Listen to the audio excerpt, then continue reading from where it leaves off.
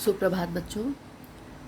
आज के इस वीडियो में हम जयशंकर प्रसाद, जो कि आधुनिक हिंदी साहित्य की एक श्रेष्ठ प्रतिभा के रूप में जाने जाते हैं और उन्होंने कई काव्य रचनाएं की। जितने अच्छे वो नाटककार, नाटक सम्राट के रूप में जाने जाते हैं, तो काव्य में भी उनकी देन कहीं कम नहीं है। काव्य में भी उनकी प्रतिभा उतनी ही मुखर हुई है जितनी कि नाटक और कहानी में। उन्होंने 75 से अधिक कहानियाँ लिखी, कई नाटकों की रचना की और काव्य रचना के क्षेत्र में कामायनी महाकाव्य एक ऐसा महाकाव्य जाना जाता है जो भक्ति काल के रामचरितमानस के बाद ख्याति प्राप्त है। तो इस शीर्षक में, जिसका नाम है गीत, ये उनकी रचना लहर नामक काव्य से लिया गया है, जिसमें लहर इनकी जो रचना है उसमें गीतों का संकलन है। उसी में से एक गीत यहाँ रखा गया है। इस गीत में जयशंकर प्रसाद जी ने प्रातः काल का सुंदर वर्णन किया है, प्रकृति के माध्यम से जागरण का संदेश दिया है, जगाने की कोशिश की है व्यक्ति को। आइए देखते हैं। दो सखियां आपस में, एक सो रही है, दूसरी उसे जगा रही है। विभिन्न रूपकों के माध्यम से इस गीत में रूपक अलंकार की बहुत ही सुंदर छटा देखने को मिलेगी। तो गीत आरंभ करते हैं। बीती विभावरी जागरी। बीती बीत गई है, बीत चुकी है। विभावरी का अर्थ है रात्रि। जागरी जाग जाओ। हे सखी, रात्रि बीत चुकी है, अब जाग जाओ।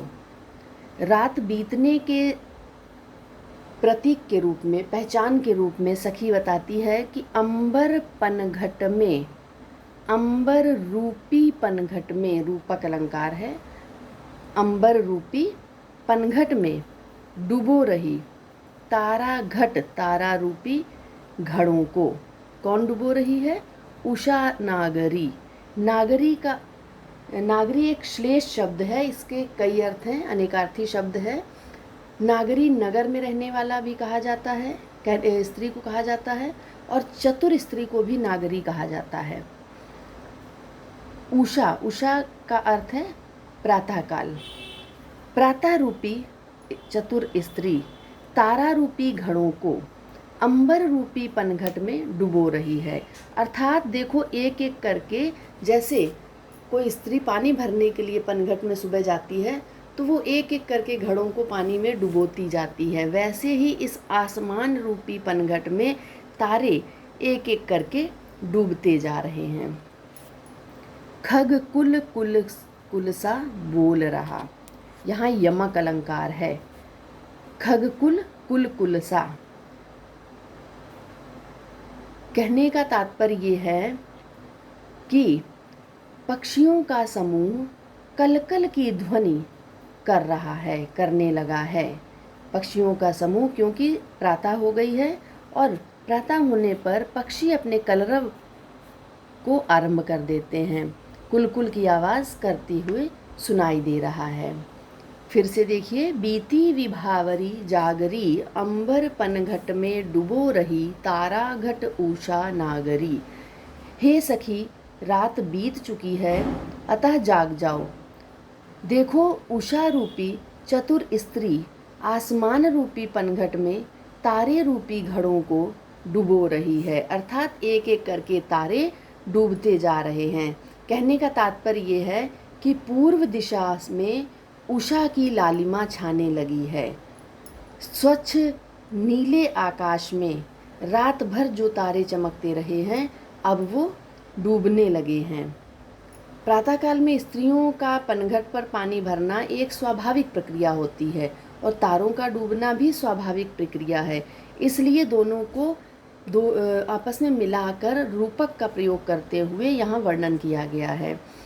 खगकुल कुलसा कुल कुल सा बोल रहा। पक्षियों का समूह प्रातः होने के कारण कलरव करने लगा है, कुल कुल की ध्वनि करने लगा है। किसलय का अंचल डोल रहा का है यहाँ पर, किसलय का अंचल डोल रहा। किसलय क्या होता है? कोमल पंक्तियाँ, कोमल पत्तियाँ, जो कोंपलें जिसे कहा जाता है। मंद मंद हवा के झोंकों से, अपने आप तो नहीं डोलेंगी ना, मंद मंद हवा के झोंकों से लता रूपी सुंदरी, कोंपलें कहाँ लगी हैं? लताओं पर, बेल पर। मंद मंद हवा के सुंदर झोंकों से लता रूपी सुंदरी का कोंपल रूपी आंचल डोलने लगा है, लहराने लगा है।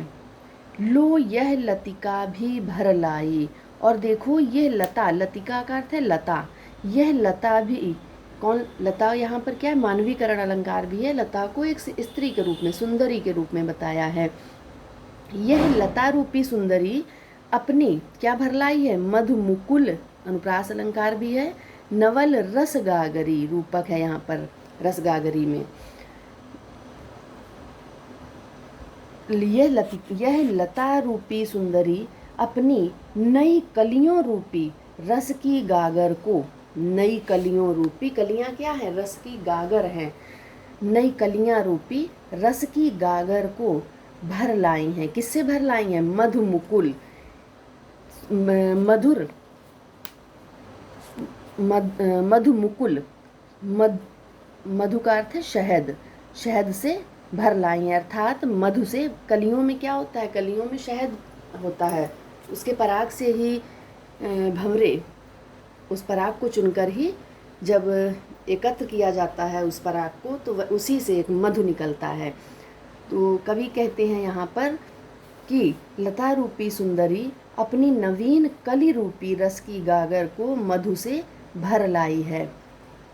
कहने का तात्पर्य ये है कि प्रातः काल में शीतल मंद सुगंधित हवाएं चल रही हैं, कलियां फूल बनकर खिलने लगी हैं और उनमें मधु भर गया है।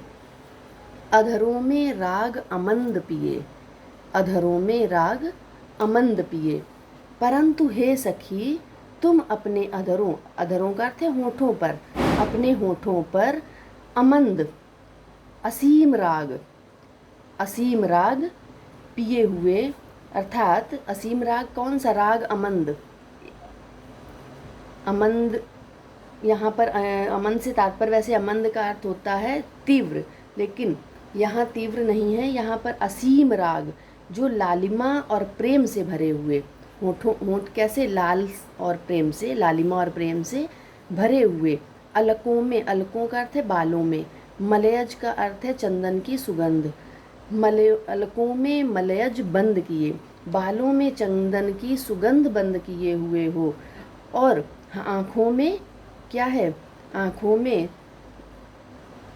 भरे विहागरी, तू अब तक सोई है आली, आली का अर्थ है सखी, हे सखी तुम अब तक अपनी आँखों में विहाग भरकर, विहाग एक प्रकार का राग है, जिसे संगीत की जानकारी होगी उसे पता होगा, ये प्रातःकाल गाया जाने वाला राग है एक प्रकार का।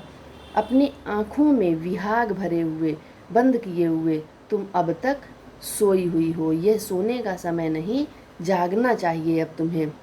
फिर से यहाँ से देखिए, अधरों में राग अमंद पिए, अलकों में मलयज बंद किए, तू अब तक सोई है आली, आँखों में भरे विहागरी।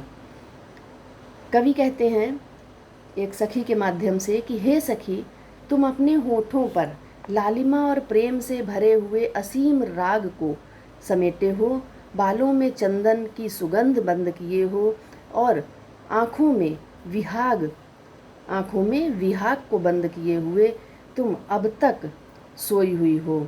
अब उठो, अब जागने का समय है, सोने का समय नहीं है। तो ये गीत था जो कि लहर से इस पुस्तक में संकलित है। इसके कुछ प्रश्न आपकी पाठ्य पुस्तक में अभ्यास कार्य में दिए होंगे और कुछ यहाँ दिए जा रहे हैं। अभ्यास पुस्तक के आपको स्वयं करने हैं और यहाँ वाले प्रश्न आपको मैं बता रही हूँ, देखिए उन्हें। सबसे पहला प्रश्न आता है, प्रस्तुत पद्यांश के शीर्षक और कवि का नाम लिखिए। शीर्षक क्या है? गीत। और कवि का नाम क्या है? जयशंकर प्रसाद। अगर यही प्रश्न संदर्भ के रूप में पूछा जाए कि प्रस्तुत पद्यांश का संदर्भ लिखिए, तब आप लिखेंगे कि प्रस्तुत पद्यांश हमारी पाठ्यपुस्तक हिंदी के काव्यखंड में गीत शीर्षक से संकलित है, जो कि छायावाद के प्रसिद्ध कवि जयशंकर प्रसाद, जो कि हिंदी साहित्य की एक श्रेष्ठ प्रतिभा रहे हैं, उनके काव्य लहर से संकलित है। फिर रेखांकित अंश की व्याख्या। रेखांकित अंश ये ऊपर था, बीती विभावरी जागरी, अंबर पनघट में डुबो रही तारा घट उषा नागरी। इसे आपको समझा दिया गया है।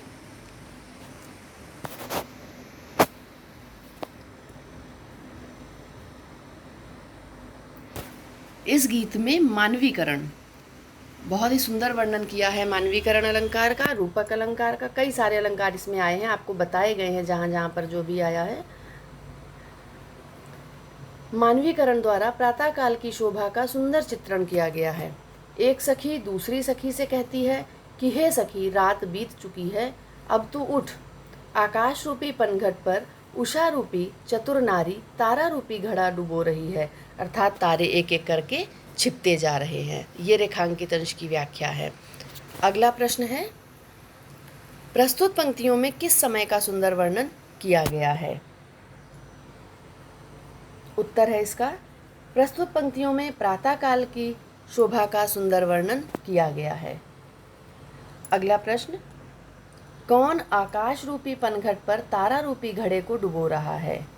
उषा रूपी स्त्री, उषा रूपी स्त्री या चतुर नारी आकाश रूपी पनघट पर तारा रूपी घड़े को डुबो रही है। खगकुल कुलकुल सा बोल रहा पंक्ति में कौन सा अलंकार है? खगकुल कुल अनुप्रास अलंकार है। पक्षियों का समूह कुलकुल, जहाँ पर खगकुल वहाँ पर क्या है? अनुप्रास भी है, और यमक कर लीजिए, यहाँ रूपक नहीं है, यमक है, यमक अलंकार। तो ये 5 प्रश्न थे जिन्हें आपको लिखना है। इसके बाद अगला शीर्षक है श्रद्धा मनु, जो आपको अगले वीडियो में दिया जा रहा है। धन्यवाद।